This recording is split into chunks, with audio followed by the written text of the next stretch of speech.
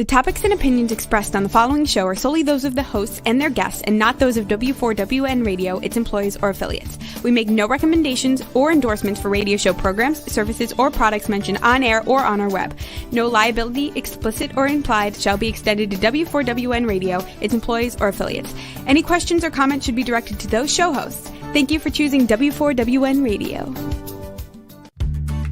Welcome to Success Secrets Exposed with Sally A. Curtis, where we share stories of challenge, success, and inspiration, along with practical tips and strategies to move you forward to your success. And now, here is your host, Sally A. Curtis. Good evening, good morning, and good day to you all. Welcome to another episode of Success Secrets Exposed, where we have conversations with today's thought leaders, change makers, disruptors to bring you tips, tools, and strategies to help you grow.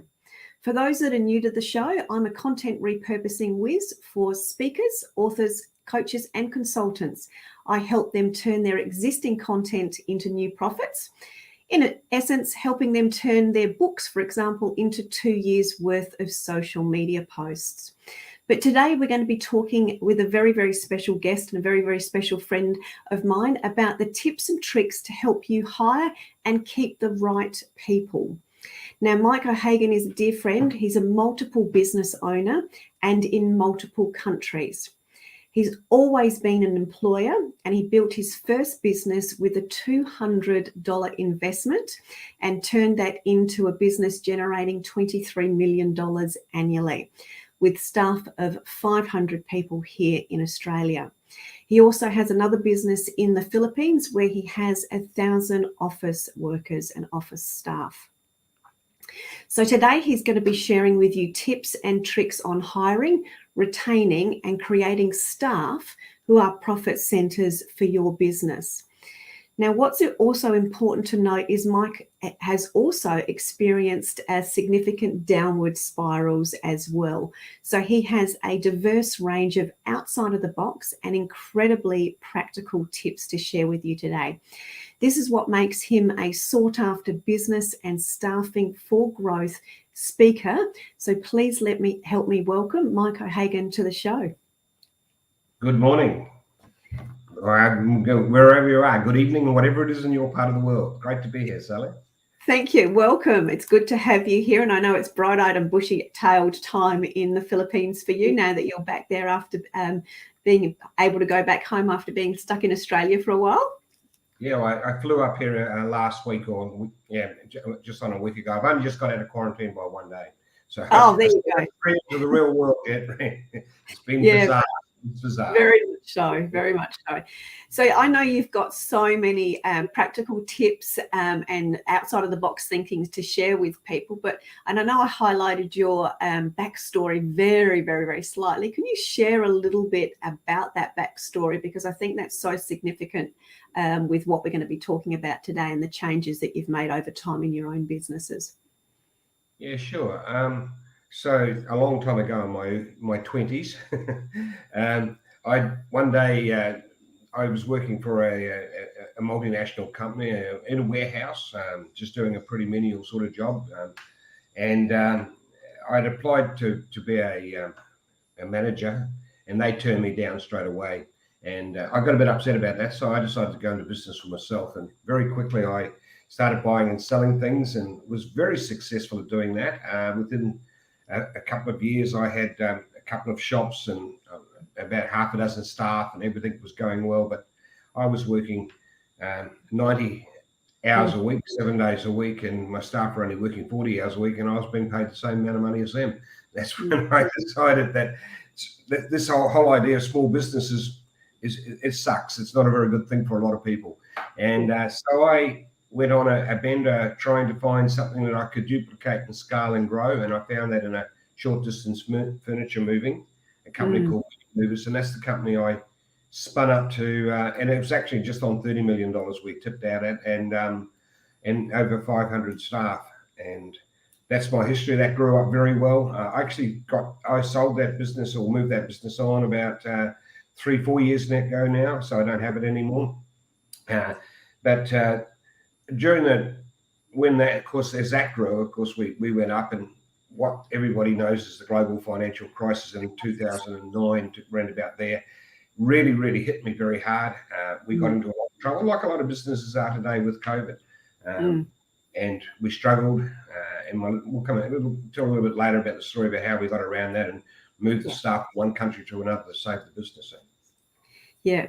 But it was what the key takeaway here is during that global financial crisis, which is similar to now, where people are sort of doing the, oh my God, what next? You had that downward spiral. So you've got experience of how to transform a business out of that, which is some of the tips that we'll actually get into today as part of that story. Some of the things that I do notice that you talk about a lot is also the ways of hiring the right people. So when you first started Mini Movers, you would have hired a version of the right people.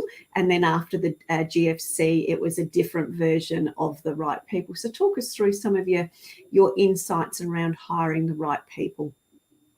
Well, moving business is a service business. It's all about people going out to a customer's home and supplying a service, and they have to behave and they have to do a phenomenal job. Otherwise, you don't get anywhere, and you've got to do more than a phenomenal job. You've got to really wow those customers so they tell others and grow your business. It's absolutely vital you get the right people into the thing. Like everybody, I started by hiring experienced people. That was interesting. Most of them, about 3 months after you start, you find out why they're no longer with their previous employer. And so experienced people have the collar around them that they are moving from job to job, a lot of them, and for good reason. They're probably not that good at what they do or whatever. But we learned from each one of those. I then tried to subcontract, which is another way of doing it, which is contracting is quite normal in most countries. I tried to contract. Then I was hiring somebody who wanted their own business, and I was actually teaching them how to do it. So, once they learned how to do it, a lot of them left me and became my competitor. So that wasn't probably the way to go either. Discarded the idea of franchising, because franchising, in my opinion, was even slower. We had to find somebody who would buy the franchise, which was a business to us that we didn't want to be in. And then we would still have training. And at the end of the day, I have friends with franchise businesses. They're all human beings. They're all the same. So they don't change that much. And we ended up with the moving side of it, going down and owning the trucks and actually hiring completely inexperienced people with no experience whatsoever. We worked out very carefully what their core skills need to be. They needed to live in a certain area. They need to be physically capable of moving furniture, and they needed to be able to hold a conversation so we could teach them to communicate with the customer. And those were the three boxes that we looked at when we interviewed them. We weren't interested in anything else. And from that point on, we trained them. Well, the interview process actually consisted of playing a video showing you how to move things as a training thing. It was actually a training segment of how we used to teach people. And then after they watched the video, we would stand up and go outside and move furniture. And some of them would have an attitude about that. They would obviously not. There would be no starters, and some of them enjoyed it and had obviously listened to the video, and that to us that demonstrated that they were trainable. And then from there we trained them up, and we ended up with nearly 500 people, just over 500 people, and all of them had no experience at all. We wouldn't even let them have a truck driver's license when they came in. We taught them how to drive the truck as well. Absolutely everything. There's only one way to do it, my way. And honestly, they're a lot loyaler. They stay with you, a different type of employee altogether. Yeah. So that was one of the things that always fascinated me. And that was one of the greatest lessons I learned from you when we spent time together when I was over in the Philippines, was that real shift in mindset from not hiring experienced people to hiring inexperienced people, because like you've explained, I found in my own business that I was getting hiccups because these people weren't doing what I wanted them to do. They were doing what they wanted to do in a version of what I wanted to do, and that wasn't the way I wanted it done, because it was all about speed and efficiency and all those sorts of things. And I found from my own experience, when we changed to hiring the right staff that were inexperienced in giving people a shot, the difference in loyalty was definitely a huge difference. But I also liked the way in which you've just explained there, demonstrating to them what the work is going to be like, and then letting them demonstrate their adaptability with them doing the work. So when you're actually seeing them, can you explain that a little bit? Because I think that element of demonstration, both from what you've done, but also what the potential new employees doing, is in itself so outside of the box. Because when you go here in Australia, if you go and do an interview and you've got to do touch typing, you're in a room with everybody else and it's all about KPIs. Can you do this many numbers? But it's not about what is the extra stuff that they're going to bring to the employer. So I'd love you to just sort of talk about some of those elements that you see there from that demonstration of what's the difference with when you get the right inexperienced person. So the employment process for those drivers was that we have obviously pre-vetted them before they come in, and they lived in the right area, physically capable, we could see, or where that was part of moving the furniture, which was part of the recruitment. And whilst we were talking to them, the only time we never sat down and talked to them across the desk. These are guys that want to move furniture, okay? So they're more physical, and they're into that type of work. So the whole recruiting, so the recruiting process, the interview was a test to test that they're able to do the other bits that we needed.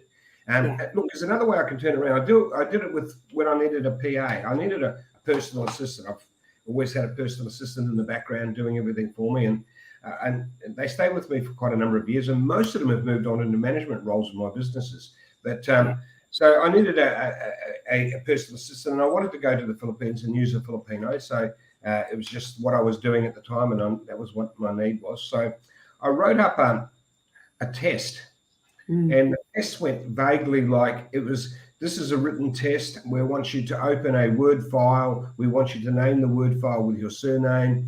We want you to then write a letter to Mrs. Smith.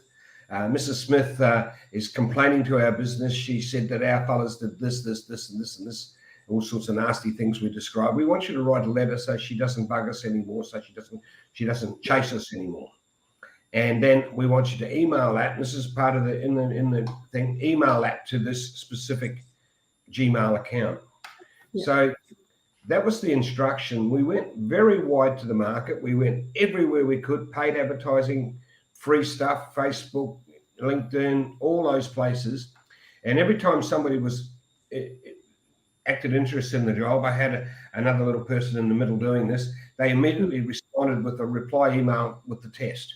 So then they'd have to write their little letter and send it in. And then so our interview process was simply reading those letters.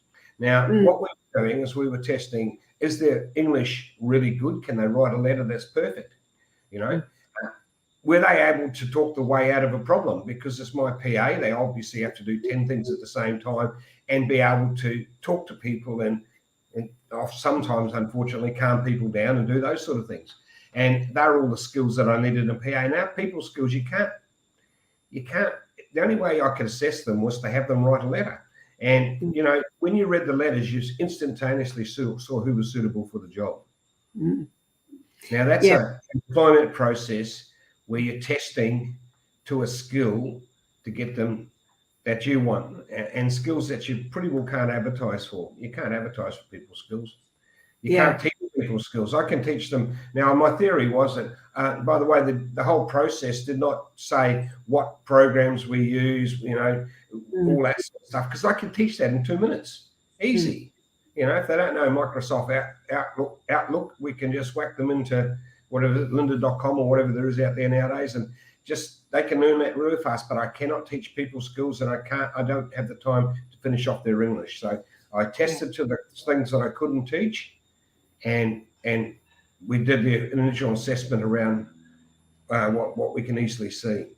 And again, you don't have to talk to anybody to interview them. The only reason you should be talking to people when you recruit them is to make sure that they fit with you one-on-one, that you can work together. Only reason, by the time you talk to them as the owner, you should have pre-vetted, pre-tested them. You should know that these are the right people for the job. Yeah, brilliantly. And I think too, now with where we've come with all of the technology, when you were doing it, it would have been very innovative and very, very, very outside of the box. Whereas in reality, it sounds as though it actually expedites the whole process. You get a better quality of person and somebody that's actually a better fit for what you're actually looking for. And now, as you said, with all of the different technologies, we can do that with so much more ease. Did you find when, and I know this, the process of you sort of doing this testing is very part of who you are. Do you find that people struggle to be able to get a testing scenario up and running because they're not actually clear themselves in what they're actually really looking for? Yeah, I think that's a huge problem, that people really don't understand what they're doing for. The Philippines company we were talking about before, a company called Shaw 360, which has grown up to over 1,000 employees in a few years, very quickly. Yeah. The big key part of what we do there is in recruiting. And if you go and listen to our recruiters talking to the clients really struggle to understand what they're looking for. And they normally start with what I call the stupid things, which is, we want a university degree. We want them to be qualified in this. And I'm going, well, you don't want qualification. You want to be capable of doing the job. Number of people I talk to would say, for instance, IT coders and full stack developers and stuff like that. You don't care about their degree or their qualification. You want to know they can do the job. There's plenty of people out there who are not qualified that are really good at doing the job. And there's plenty of people out there that are qualified that are very terrible at doing the job. At the bottom line has to be they can do the job. So get rid of qualification, get rid of experience. Just come down to, this is the job. What do we need for them to be able to do the job? And if it's something you can teach them, and most jobs you're going to have to teach them a fair bit of it anyway. If you then go for the lesser experience and bring them up through training. So it's all about focusing on when they come to you, they sort of really don't know what they want. The other thing they have is a huge issue. This is a big one that everybody should take on board. We don't have any unicorns. There's not too many around, but people that call up and say, look, what we want is we want somebody can code in C++. We also want them to be able to use Xero counting system and understand bookkeeping in Australia. And we also need to be able to write really good English and develop content as well. And you go, can you get one of those where you come from? No. Well, why do you think you can get one here? They're a unicorn. They don't exist, guys. Bring it back to what there is in the market. Okay. I'm sitting here laughing because in my community we call that we just want the super VA, the one that can do everything. They're skilled in everything. Where in reality people are skewed to certain gifts and skills, etc. So you might need to hire 4 people to achieve the super VA, because 4 people don't blend into one. It's one person with a unique skill plus another, which gives you a unicorn result, but it doesn't generally come from the one unicorn. So I'm really glad you've actually said that, because that's one of my rants that I get right into. It's just, and look, I can understand it, because it's micro businesses is where you start. You haven't got those skills at that stage. You've got into business, you're a 1 or 2 person business, maybe a 1 person business, and you're going to take that big step with your first staff member. 99% of us hire a friend the first time. Oh, wow. Yeah, true. Very true. It's easier. We hire a friend and they fall into the role, and they're a jack of all trades. They can do everything. And that's what most of us do to start with. But if you go to the market, then it gets awkward. It really does. And, but you got to learn the skill of finding out what the sort of person is you want in a role. Then you've got to learn the skill to assess them properly, and then onboard them and do all those things as well. Set them, manage them, empower them.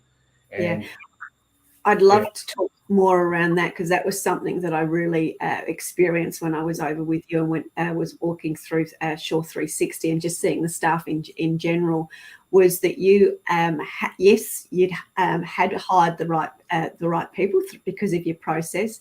Yes, they were incredibly loyal, but I also loved that they were, you used the word empowered just then, but they were really empowered and they were excited about what they did as individuals, but equally as they worked together. So they were empowered as individuals, but they were empowered within the team or the little group that they worked in.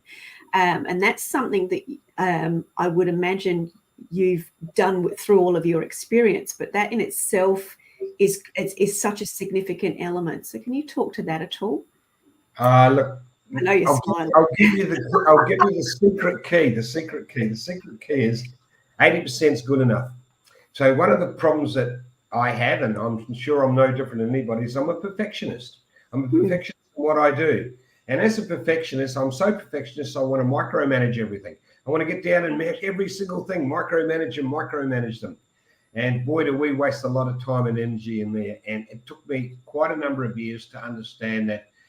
Give them the job, making sure they understand the job, make sure they understand the parameters. And then if it goes wrong, have a quick look to see that they knew it went wrong.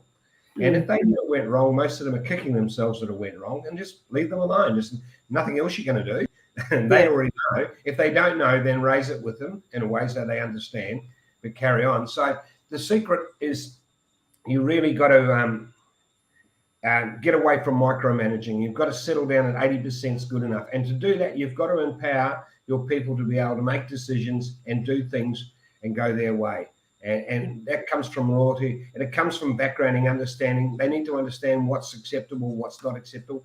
That's a little bit of an internal thing. You can't. None of this is in written instructions, by the way. That when I just get the HR processes that they push out there, and they're all corporate HR processes, and they really don't work. You cannot write a rule for everything. There's no way. And the smaller the business, the less likely that it's going to be. So you need to need people that can make a decision, understand what's acceptable, not acceptable, and just get out there. The best way to do that is to have them understand what the end goal is. Understand clearly, we've got an end goal. Our end goal is profit. Our end goal is really happy customers telling other people, and whatever those other end goals are, talk to them in those terms so they understand ultimately what it is they're trying to do, and then understand in their role what their part of it is. And then empower them to make decisions, do things. Vital. You've got to get away from micromanaging. You will not grow and scale a business if you're going to be a micromanager, and get away from perfectionists. It's not a perfect world. Employees are not perfect. Things go wrong.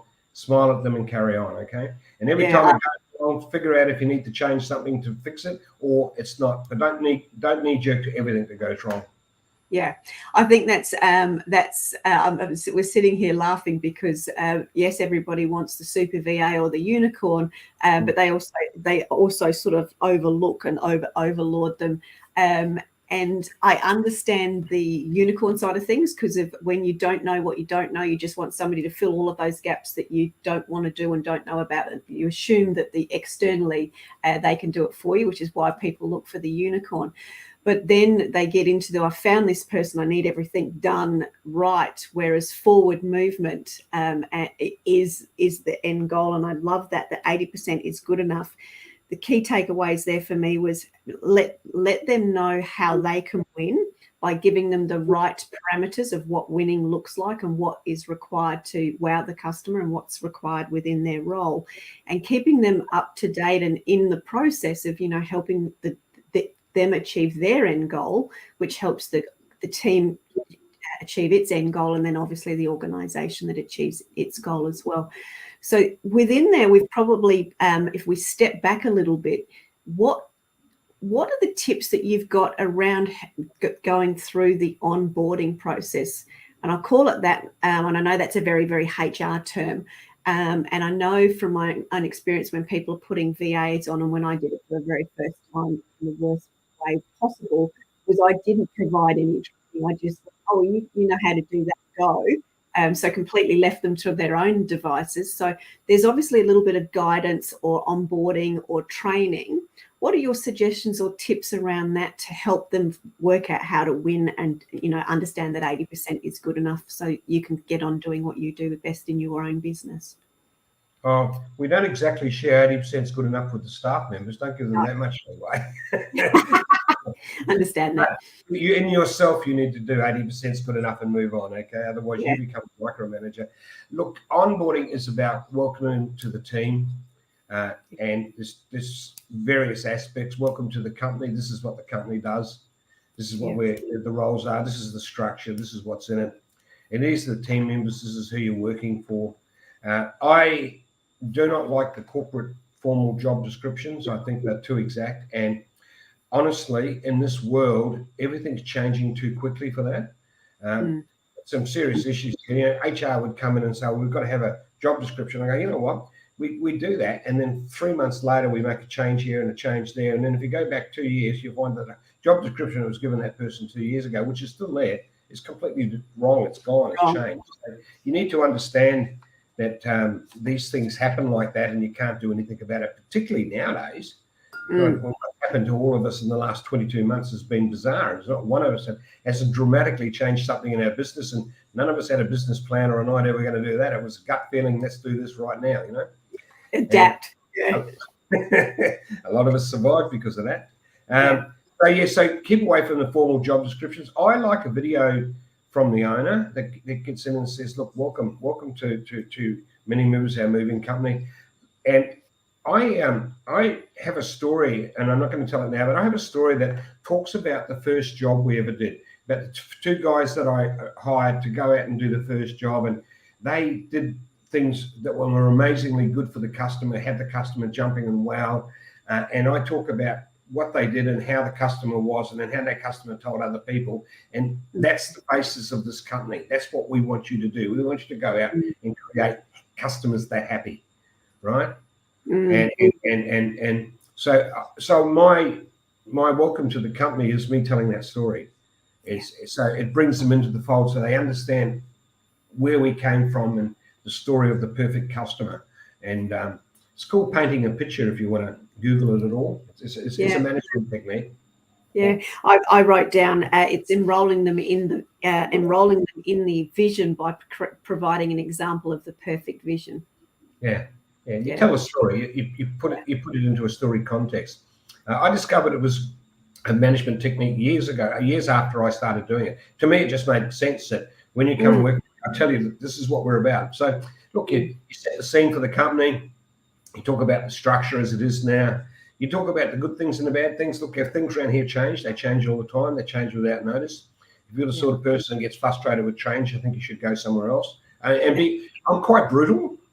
Like that, I really am. It's like, you join the team and you're part of us, or I'm sorry, but you're not going to fit in here, okay? And I think, it's very rare for me to fire anybody. Most people resign because they just know. And I think that's a good thing. I think that's because they understand. And having said that, by the way, over the years, anybody I've ever fired didn't already know that was coming and didn't understand that they've got an issue. And normally it was an external issue that's nothing to do with work anyway, which was causing the problem. So sadly, but we do try hard to keep them. We do a lot before we get to that stage. It's just about, so onboarding is about painting the picture and telling them where they're going and what's involved, and then some of the nitty gritty of their job, and your role in this to do this. This is your part of it. And, I had a corporate goal that was not shared with the workers, but was shared with senior management and our suppliers, that one day Mini Movers would be a bigger brand name worldwide than McDonald's. That said, that's why we were building the computer processes, and that's why we were building the processes and what we were doing and how big we were going to grow it. So that was a corporate goal. Then I had a goal for every employee had the same goal, which was to create aesthetically happy customers for they create tomorrow's work. And that's their goal. So that was one goal for every, and it didn't matter whether you're on accounts, didn't matter whether you're on the phones, it didn't matter in sales, it didn't matter in marketing, it didn't matter if you're out on those trucks moving furniture. It was the same goal. Everybody had to do that. And even if it's not your job, if you could do something to create a happy customer, you stepped out of your job and did it. Yeah. And isn't that to me is just making it's just making it easy for them to know how to win and then create the results that the organization wants. So that's incredibly empowering. Yeah, that's brilliant. Make it easy. Fantastic. And have you got any can you share any stories around some of the staff and some of the ways in which people have actually done that through that empowerment that you've provided? Oh, with the moving stuff, it's been crazy over the years. So the moving business charges an hourly rate for everything. So how long we are on the job depends a lot on the customer. And some customers have a whole lot of relatives there and have everything packed up on the front footpath, and that's going to be a very quick job. And some customers have got dirty plates in the sink, and they expect us to wash them and dry them and put them in the boxes, which means we're going to be there for a long time. So we've had a customer decide they want to take the watering system with them. So the guy went and got a spade and dug it all up. And we've had them climb up on roofs and get aerials down. We've stopped that now because the safety came down on us with that one.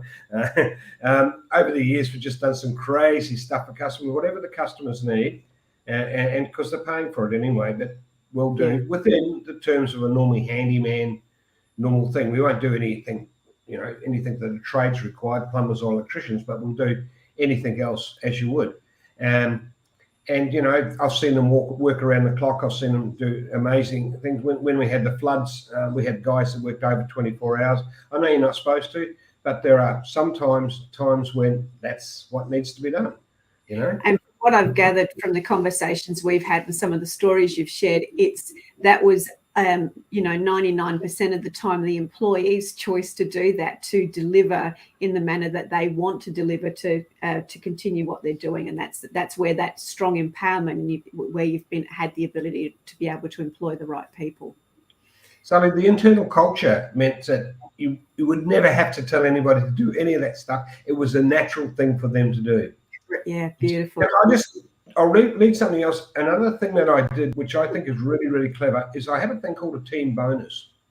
Okay.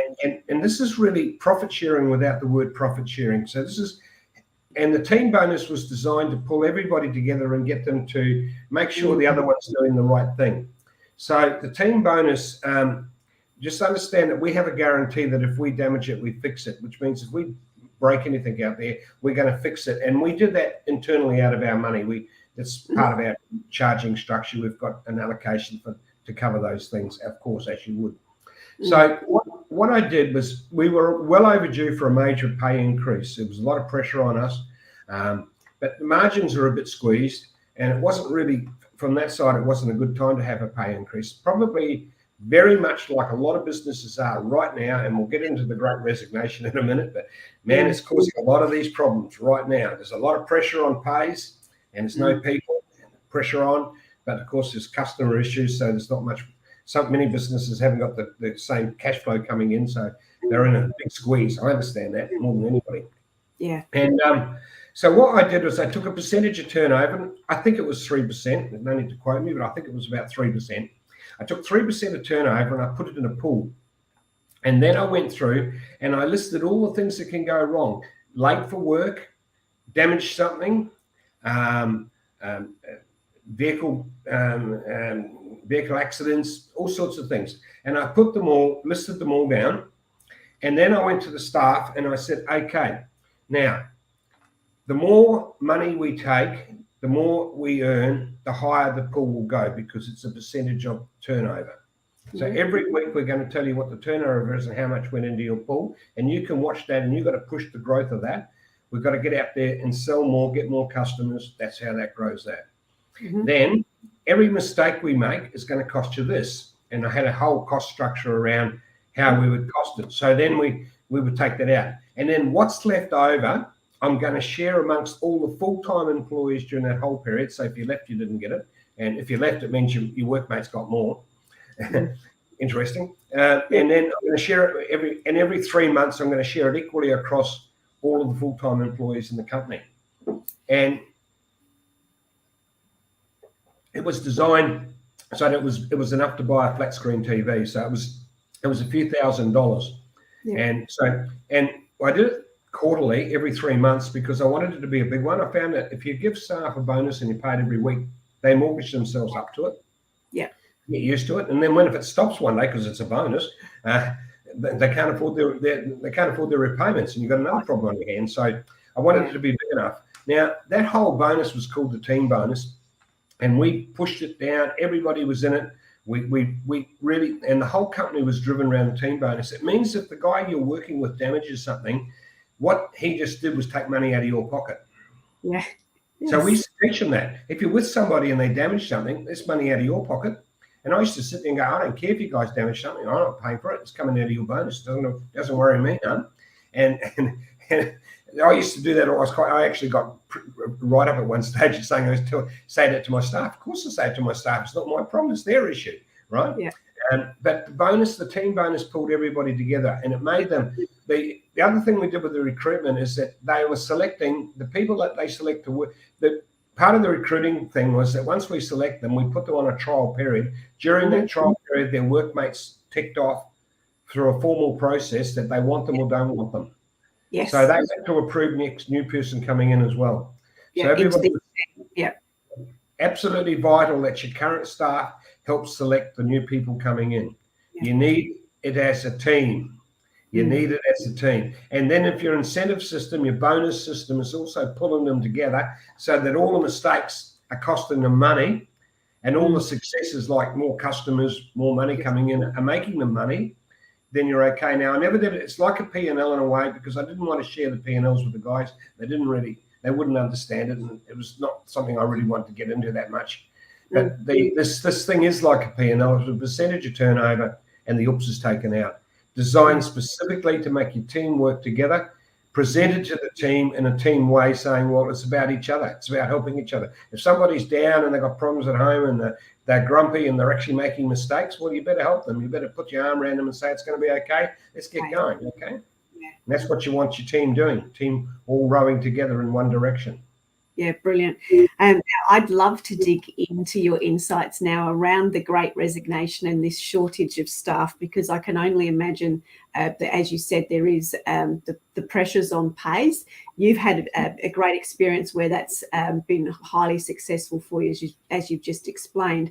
But right now, there is, as everyone's talking about, the Great Resignation. People are looking for more out of the employment that they're doing. So how do employers handle this? What's some tips that you've got around this today? Okay, so look, I want to set the scene a little bit because I think this is what's happening, and I'm pretty certain this is what happens. Today's the first day I'm kind of sharing openly what my thoughts are. We have in the world a thing called, in the 1930s, a thing called the Great Depression. The Great Depression lasted 4 years. There was a massive high unemployment area, pretty well in most of the Western world. It affected most countries. That Great Depression, as I said, only lasted 4 years. Now, those 4 years had such an effect on the people that 3 or 4 generations after that, their thinking was influenced to their children. So my parents, who were born just after the Great Depression, all right, so their parents had said to them, my parents said to me, Mike, get a job with the government. You need to have a job for life, a secure job. Be careful when you borrow money, pay your house off. And all that thinking came out of 4 years worldwide disruption called the Great Depression. So what we do know is when we have a massive worldwide disruption, and we've just had that 22 months or 2 years of COVID, which has probably been a bigger disruption, maybe World War II. Maybe I think it's pretty big, and the fact that it's captured every country, and one of the things it's captured every country. Not the same length of time, but certainly every country's been involved in it. So now, as a result of that, people are going to have a different attitude and see things differently. So my observations are that I think a lot of people aren't looking long-term anymore. They're thinking more short-term. This was a life-threatening thing. So, saving for the future is really a bit stupid. Let's just spend it and live life now. So less steady, more. Let's live life. Let's enjoy life. I'm seeing a lot of attitudes. I don't need the money. I can live on less, and I'll be happier. So then, if you go and look at the jobs, and I think this is where we are in life. I think technology and everything else is making our life easier and easier. We've got gadgets in our house. We've got air conditioning. We've got all this stuff to make life easy. And one of the things that never really got easy was work. So a lot of people are trapped in a job which is a bit of a miserable job. Now, this is a lot. There's a lot of people. And these are kind of what we call the blue-collar work, the moving furniture, the washing dishes, whatever they are. There's a lot of jobs. And If you look around the world where there's great resignation, it's more the blue-collar workers that you can't get truck drivers anywhere in the world. All of them have resigned. It's just, and so it's down that end. So it works a bit. You're doing a job which a lot of people think is a bit miserable, and you have to do it because you feed the family, so you do it. And then the pay's minimal. It's a low-end pay, so that's not helping you either. The job's not that good. The pay's not that good. Unfortunately, the boss isn't help. He makes it more. He's negative. He wants push all the time. He's not there about making it friendly or happy or thing. And unfortunately, a lot of bosses are like that. Yeah. And then along comes another crappy thing in your life, COVID. Suddenly it's like the straw that breaks the camel's back, and you go, I've had enough. I'm not going to do this anymore. Now, I have just come back from Australia. I can tell you that a lot of my truck driving friends down there have resigned, and they resigned basically because they were being COVID tested every second day. The job was enough. I'm driving to state. I do long hours. I put up with it. I'm away from home. The pays could be better. And now they started to pull me up. They're filling me out the stupid paperwork. I'm being tested all the time. That's it. I'm out of here. So we're seeing a massive great resignation around the world. Underlying driven is the change in attitude towards life caused by the COVID thing. This, like the Great Depression, caused an attitude in the way you handle finances. This is doing the same towards life. And you're just seeing it from a different point of view. I think we're going to have to change our workplaces quite radically. We're really going to have to make them into fun workplaces. Yeah, I agree. And I'm seeing, having spoken to different people in America, it seems to be across the board in the Great Resignation over there with the blue collar workers, but also the CEOs and the corporate workers are also having a similar exodus to find the meaning of life for them and have a simpler life and a change of scenery and all the rest of it. So that's what do you? Right. Yeah, we've got in the Philippines as well, Sally. It's everywhere. In the Philippines, we're struggling to get people the way we were. We're having to work a lot harder to get people. I know the Philippines doesn't have a welfare system. They have a family support system, and a lot of them don't have to work, and they are not working. And the other thing that we're fighting with is, or having a big debate about, is work from home, which is another little issue in there, and we'll see where that goes. Yeah. Anyway.